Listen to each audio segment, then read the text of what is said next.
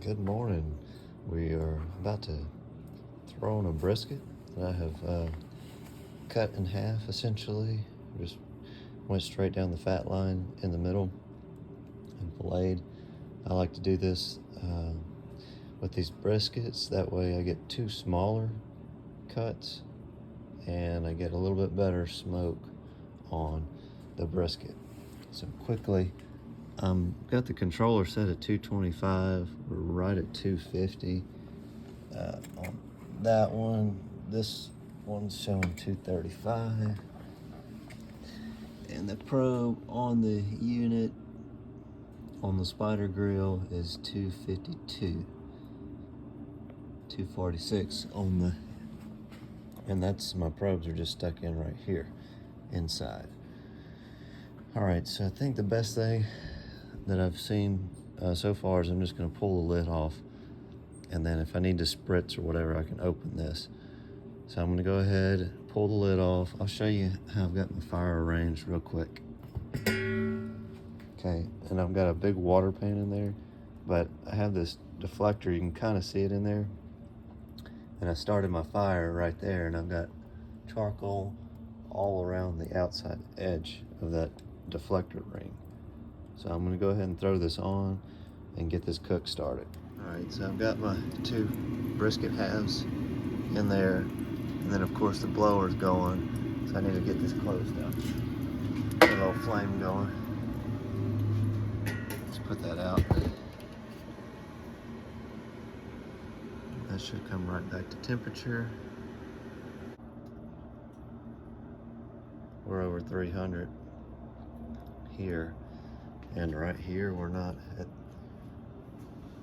it's only showing 182, so there's quite a bit of delay on that temperature probe that they have. There's a lot of dampening going on.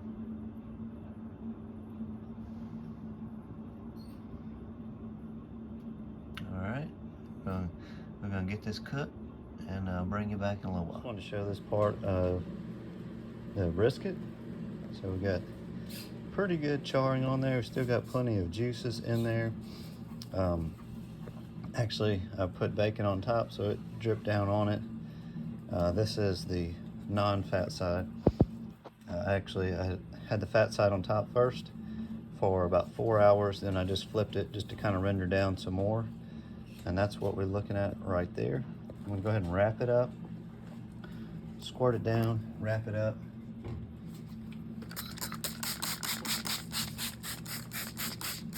Dry those edges out, or moisten those edges that are dried out. Okay. And 7 hours. I would normally do this at 6 hours.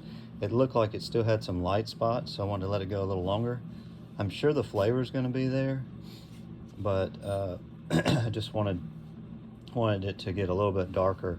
It's not as dark as I normally like it, but the flavor from this Weber has been on point.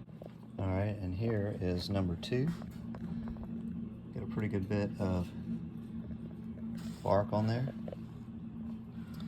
Let's see, a little crispy on the end right there, and definitely got penetration on the smoke. It's kind of hot. That looks good. All right, let's get it tenderized. I'm gonna wrap it up, relay my charcoal, and cook some more.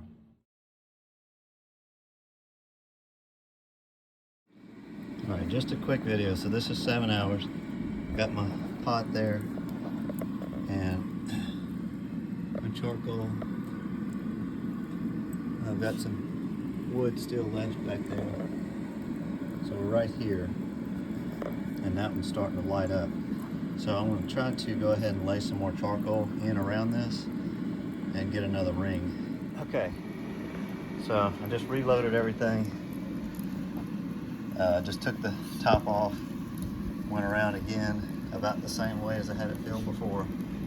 So I've got about half of the cook chamber filled around that reflector ring. So we should be good at this point for the rest of the cook. And here we go.